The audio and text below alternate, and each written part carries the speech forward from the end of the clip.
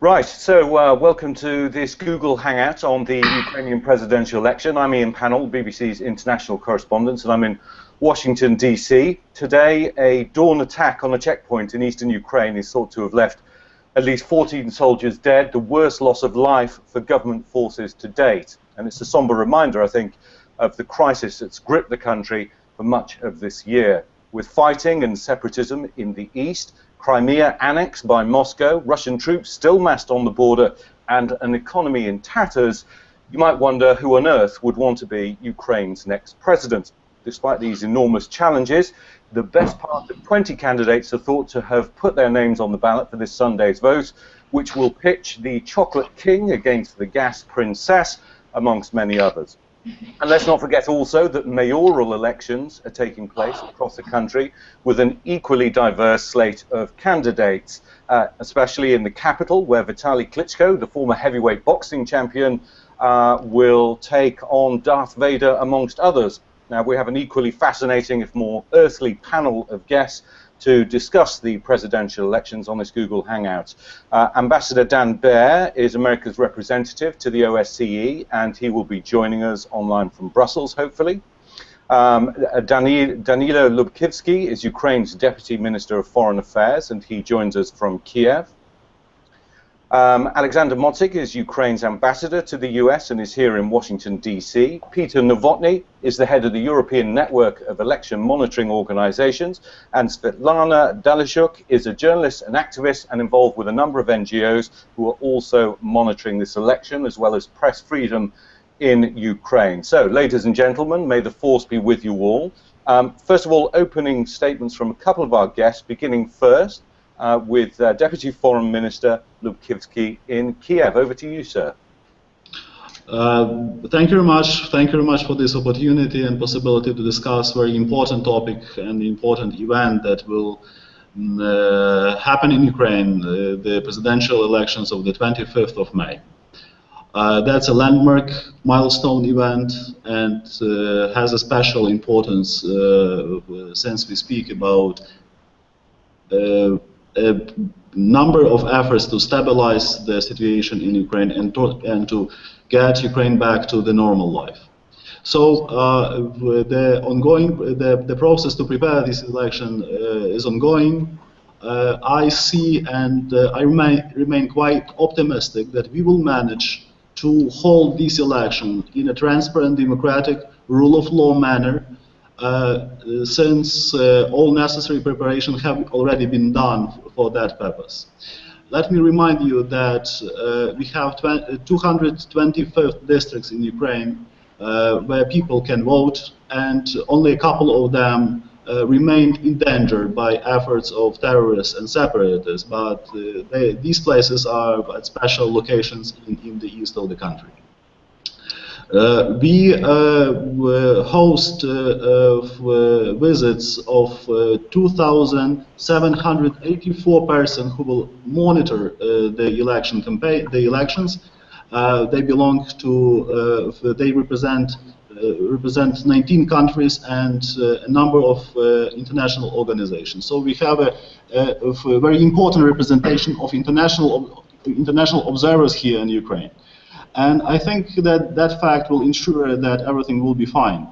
That was our clear intention and the intention of this cabinet to do everything possible to show that Ukraine is free and open, and we will manage to hold this election in a good manner, according to our national and international standards. Let me also say that this election may stabilize the situation in the country, but let me also say that it's not the solution, but rather instrument to go ahead with very important reforms that are on the agenda of Ukraine. Among those reforms, let me mention briefly the efforts to combat corruption, deregulation reforms, reforms of decentralization, reforms to provide strong all-Ukrainian national unity dialogue. So we have an ambitious program before us, and I feel that we will go ahead with that and we will have these elections a success. I do thank you. Well, thank you very much. I mean, there are a number of interesting points to pick up on there, but first of all, let's start with the broad principle of how free and fair the elections will be when, as you say, there is certainly separatism, some call it federalism, but at least there will be parts of the country in the east, you said only a couple of districts, but others have talked about 15% potentially of the electorate who will be either choose not to vote or will be disenfranchised. I think if I can perhaps put that question to Ambassador Motzik, Ukraine's ambassador in Washington, isn't it a problem that not all of Ukraine is going to vote in this election? Well, Ukraine is under attack, is under Russian aggression. You all know that Moscow occupied and annexed Crimea. And that's an objective reason that Ukraine cannot hold elections in Crimea. But you might know that the Parliament of Ukraine adopted a law according to which those Ukrainian citizens who reside in Crimea and would like to vote will have such an opportunity to vote on the mainland Ukraine. Yes, there is also difficulties in the eastern part of Ukraine, in Donetsk and Lugansk region. But according to today's information of the Committee of Voters of Ukraine, only 7% of Ukrainians will not be able to take part in elections on objective reasons. That's why we are quite sure that the majority of Ukrainian voters, majority of population of Ukraine, vast majority, will have a right and will be able to take part in elections and will express their will. Okay, well let's turn that question, I think, to two of our colleagues in Kiev who are involved in monitoring. Svetlana Dalishuk, your organisation is looking at press freedom as well as how the campaign's been going. Well, I mean, what are your concerns at the moment at this last-minute stage?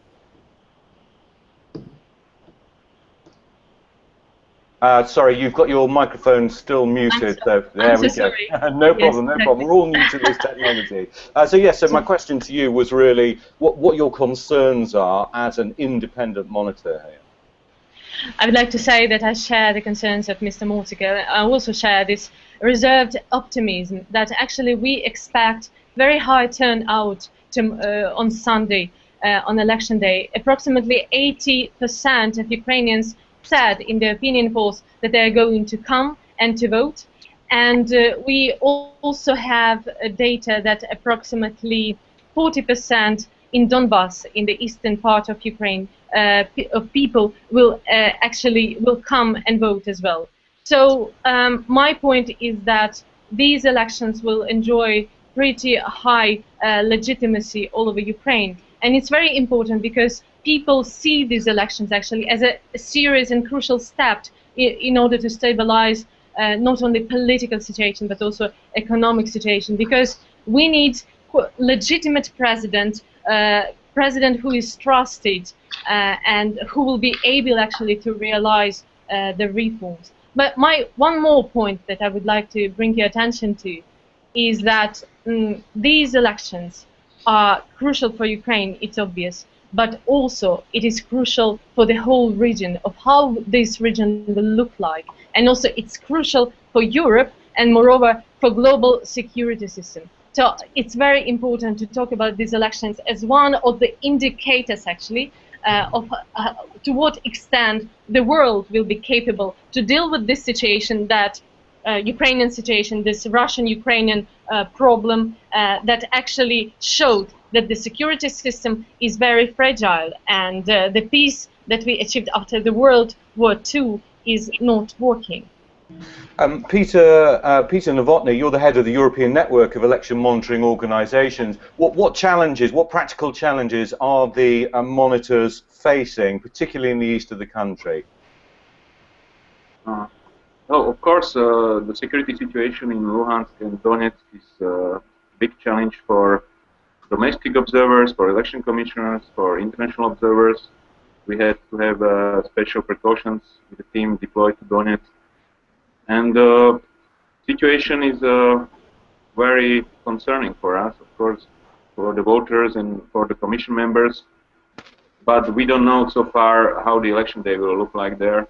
There are some parts of Donetsk Oblast and Luhansk Oblast where elections may take place, and we are looking into what will happen on election day, and if there is intimidation and attacks on the election commission or the voters.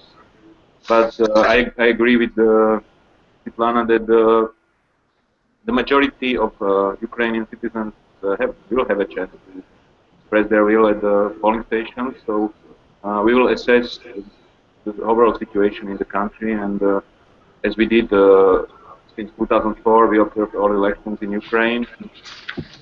Even though this is the most challenging situation, we have to see the elections in the whole picture.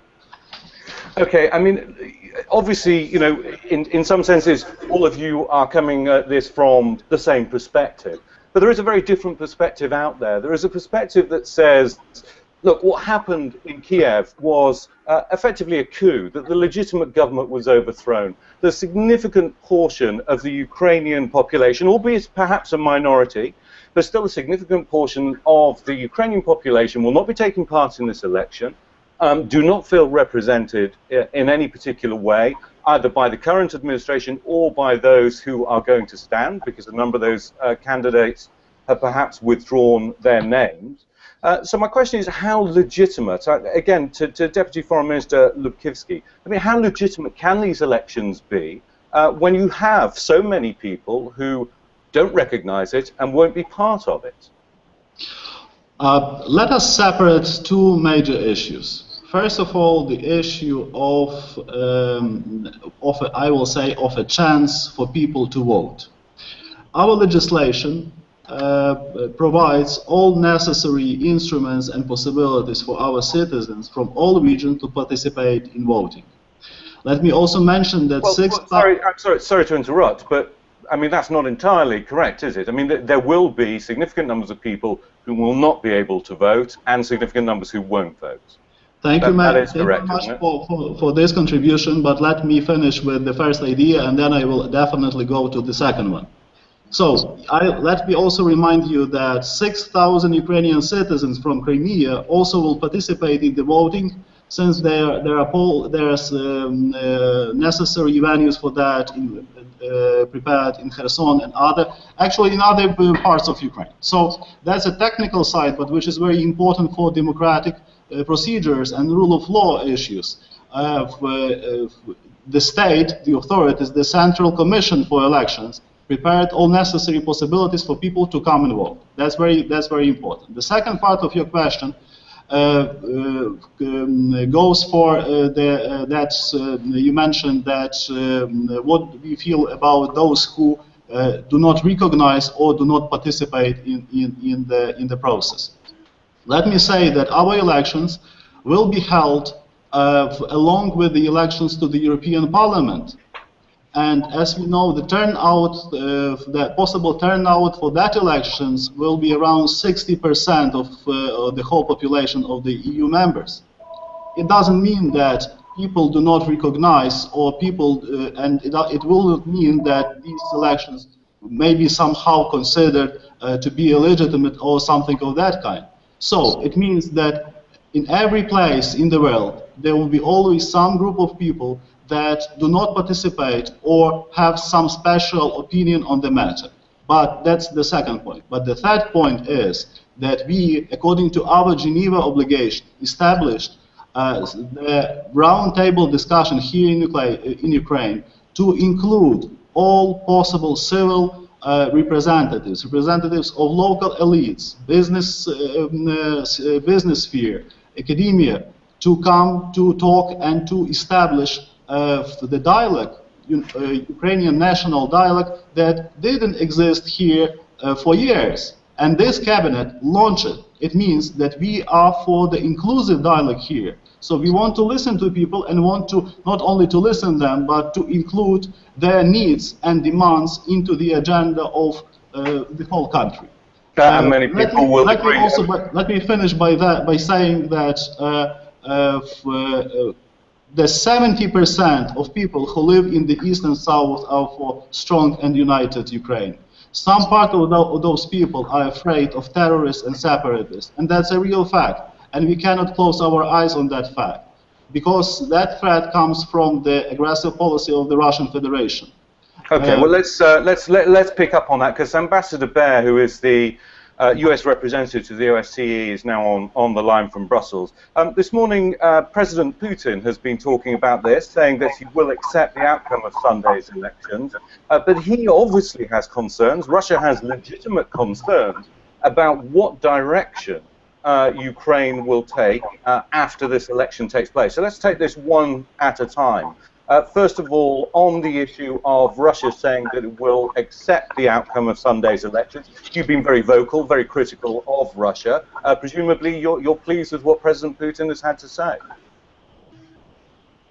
Well, I think, sure, it is up for Ukrainian people to decide who their next president is, and it's no favor, but it's the right thing for him to do, to say that he will recognize the outcome of this enormous opportunity that lies in front of the Ukrainian people. That doesn't change the fact that Russia's multiple actions have already had negative consequences for the rights of many Ukrainians to vote by afflicting certain parts of the country with terrible violence. And your previous question about voting, etc. The goal is to make sure that everybody who wants to vote can vote. And the tragic irony here is that for those in Ukraine who cannot vote on Sunday, the reason that they cannot vote will be because of the actions of the Russian Federation. And the irony... Okay, sorry to interrupt. Well, first of all, that's something that Russia absolutely categorically denies. And secondly, that ignores the point that there are people who don't recognize the election, they don't recognize the process, because of course it followed on from an illegitimate takeover of power in Kiev. It's just, I don't know where you're getting your facts, but they're not from the most recent opinion polls that show that the vast majority of Ukrainians don't share the view that you're espousing. I know that the Russian propaganda... I'm not espousing a view. I'm telling you exactly what the Russian government is saying, and you're right. Of course, the vast majority will be represented. However, not everybody will be, and that is a... You're walking back from what you said, which is right. But what the Russian government has said has never been, in the last few months, a good measure of the truth. The fact is, there are plenty of opinion polls that show that the majority of Ukrainians intend to vote this weekend. For those who cannot vote, it will be because of the actions of the Russian Federation. And to your question about the choice in front of them, elections are not about everybody getting a perfect choice, with their perception of the perfect choice. It's about everybody getting their chance to make their choice among the options that are available. They're making the best choice. And this is, frankly, the most free and fair election in Ukraine's post-independence history. There has been not manipulation of the media in favor of a particular candidate. There has been no manipulation of public or state resources in favor of a particular candidate. This is a real opportunity for people to turn the page on the Yanukovych era. Okay, let's just move on, because we haven't really talked about the voters and the issues. We know there are huge challenges facing Ukraine at the moment, huge economic challenges, but also political ones. From your experience, let's talk to the two people in Kiev who are involved in monitoring this election and talking to voters. What is your sense of what voters are actually looking for? Peter Novotny, first of all. May I start? I would like to... sorry, let's go to Peter, and then Svetlana will go to you. Please. So our observers, of course, are monitoring the situation, and the campaign is slow. It's done in the media, but it's understandable with the situation in the East and violence happening there. The media focuses more on these issues, and the voters, of course, want to have some stability and want to have peace. Of course, and the situation is not easy, but I agree that some parts of the process have improved significantly. For instance, there are presidential debates in media, there is much use of administrative resources, or there is also the vote buying in 2000 elections. So even with all challenges, we will see on election the election conducted, but so far there is effort to have better elections in 2012. And Svetlana, to you, same question to you, in terms of the actual issues that are concerning voters. Well, there are several important things that both these elections from previous elections and that are very important for the voters and for observers as well. First of all, we see a huge decrease, or I would say that we didn't indicate the abuse of administrative resources, which was the key issue during most of previous elections in Ukraine. Then we have not observed any manipulations within the election commissions, which is very important for both transparency and legitimacy of these elections.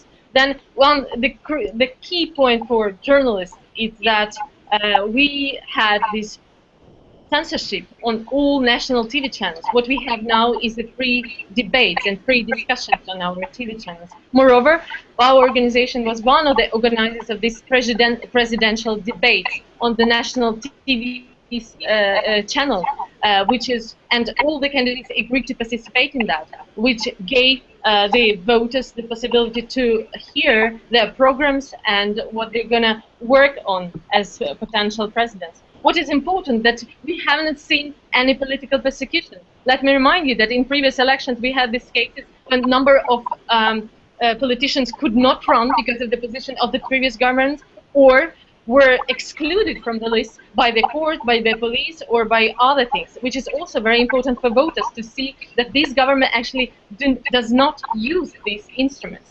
Another thing is that, coming back to the legitimacy, actually 21 candidates that are running for these elections, they represent the whole political spectrum in our society. And we have 2 candidates that are running on behalf of Party of Regions. One of them is Mr. Dobkin, who was nominated officially by the Party of Regions, and there is another one, Mr. Tihipko, who used to be the chef of the political campaign for Mr. Yanukovych, and he is also one of the members of Party of Regions. So when you said that the interests of some voters are not represented, that's not the case. That's not quite true. And Mr. Tihipko, by the way, is one of the leaders. He is number 3 or number 4 within as a candidate. So indeed, voters can first of all choose freely, can participate in the debates, and can enjoy really the real discussion, political discussion. And third of all, they can actually choose amongst this spectrum on whom they trust and whom they want to be the next leader. I mean, presumably as somebody, it's just you talked about the elections operating in a very different climate, and I accept that. But of course, we saw a British journalist working for Russia Today was held in custody and only released, I believe, in the last 12 hours. And there are also 2 Russian reporters who are currently in the custody of the current Ukrainian administration. Now, you may say things are very, very different. I accept that. But still, in terms of press freedom, you must be concerned, I presume, that journalists are being picked up by the authorities. No, I'm, as a journalist and as an activist who is observing the situation here on the spot, I'm much more concerned that journalists are not actually doing their journalist work, but they are manipulating the things. They provide the propaganda not only here in Ukraine, but on the international level. And we have some media who particularly deal with that. We monitor the news on the Russian TV channels, and we prove the facts that they actually falsify the facts, and they falsify the video materials. They shoot it somewhere else, not even in Ukraine, but they put it on national TV channels in Russia and say that this is what is happening in Ukraine. It's not journalism. I'm sorry. These are information terrorists for me. Okay, I just want to move on, go back to Ambassador Baer there in Brussels. President Putin, also speaking this morning, said that Russia had big concerns that Ukraine will join NATO. Now, obviously, you represent the OSCE for America there, not necessarily NATO. But do you accept that Russia does have legitimate concerns with the future trajectory of Ukraine? Yes, and I'm in Vienna because NATO's in Brussels. Right. You know, we've been very consistent on this, which is that Ukraine's future is for Ukraine to decide, and Ukraine's future in terms of its relationship with the European Union, with international security architecture, is for Ukraine to decide. Is it true that President Putin and others have articulated their expressed concerns? Yes. Is there much reason behind them? That's up for debate. But they've expressed a particular view. There are a bunch of other people who have expressed another view. And my view remains, and the view of the U.S. government remains, that this is a question for Ukraine to decide. And we will look to Ukraine to make that decision.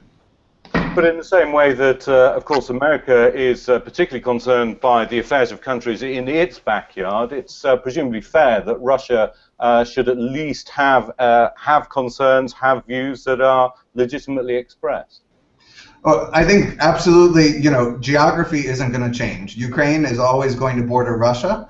And so, you know, that's one thing that we can count on never changing. It's also a reason why Russia's destructive actions are so counterproductive over the last few months, because they're always going to be neighbors. And Russia should understand that any sustainable strategy for Ukraine will include a sustainable relationship with Russia. So some of the more paranoia-driven views that we see coming out of the Russian Federation are not productive for advancing Russia's true interests. Now, we have to be careful, because right now you have to separate the interests of a very few corrupt few at the top of the Russian government and the rest of Russia. But certainly the rest of Russia has an interest in an open economic relationship with Ukraine, a stable security relationship with Ukraine, and so do the Ukrainian people. And that's just a matter of geography. So yes, sure, your backyard, your neighbors matter, and you want to have good, strong relationships with them. That doesn't mean that those are the only relationships that your neighbors are going to have. Ambassador Motzig here in Washington, D.C., so we haven't heard from you for a little while. I mean, if I can throw that question to you, because it seems to me that two of the key issues are not just whether Ukraine wants to join NATO, but whether or not its trajectory is towards the EU. This was the key issue, was it not, that triggered the crisis in the first place? Is that your expectation, that will be the policy of whoever is successful in the presidential election? Well, first of all, Ukraine now is really in crisis, but this crisis is not an internal issue. This crisis was brought to Ukraine from Russia by Russian aggression and annexation of Crimea, and now we witness the second stage of aggression, which is destabilizing situation in the east and attempts to destabilize situation also in the south of Ukraine. It's well known that so-called leaders of Donetsk Republic, the so-called commander-in-chief and so-called prime minister, are Russian citizens who came to Ukraine from Russia and who actually are organizers of this separatist movement. And that's why, again, this is not Ukrainian crisis, this is a crisis which was caused by Russian aggression. As far as the will of the people of Ukrainians, yes, we expressed our will, I mean, during the Revolution of Dignity. And you all might know that the popular protest or people protest was sparked by the refusal of ex-President Yanukovych to sign association agreement, and then people went to street. And today we have a legitimate government. You mentioned that some experts considered that there was a coup d'etat. There was no coup d'etat in Kiev.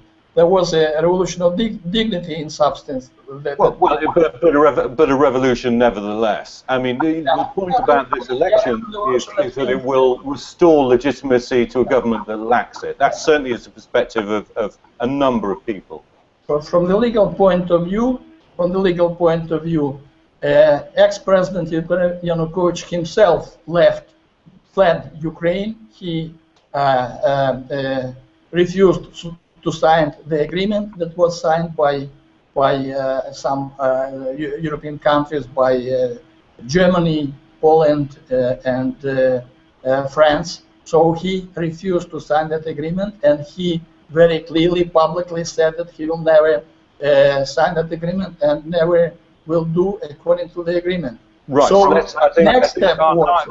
I'm sorry to interrupt. Unfortunately, our time is very little. Let's just look ahead to the future, because my key question really is about whether you are now predicting that the issue that triggered the crisis in the first place, in other words, whether Ukraine moves closer to the EU, is the policy that you expect the successful candidate in the presidential election to pursue.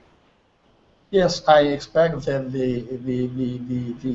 the future, not only expect, but I believe that the future of Ukraine is with the European Union, because we are talking about values, and at the same time we are interested very much in re-establishing good neighborly relations with Russia, the Russian Federation, and we always used to tell that, because we understand that it's by God that we are neighbors of Russia, and we want to have very good relations with Russia, but on the principle of mutual respect, of non-interference in internal affairs, and definitely this is now we have quite new situation, the annexation of Crimea, and definitely that the territorial integrity of Ukraine should be restored.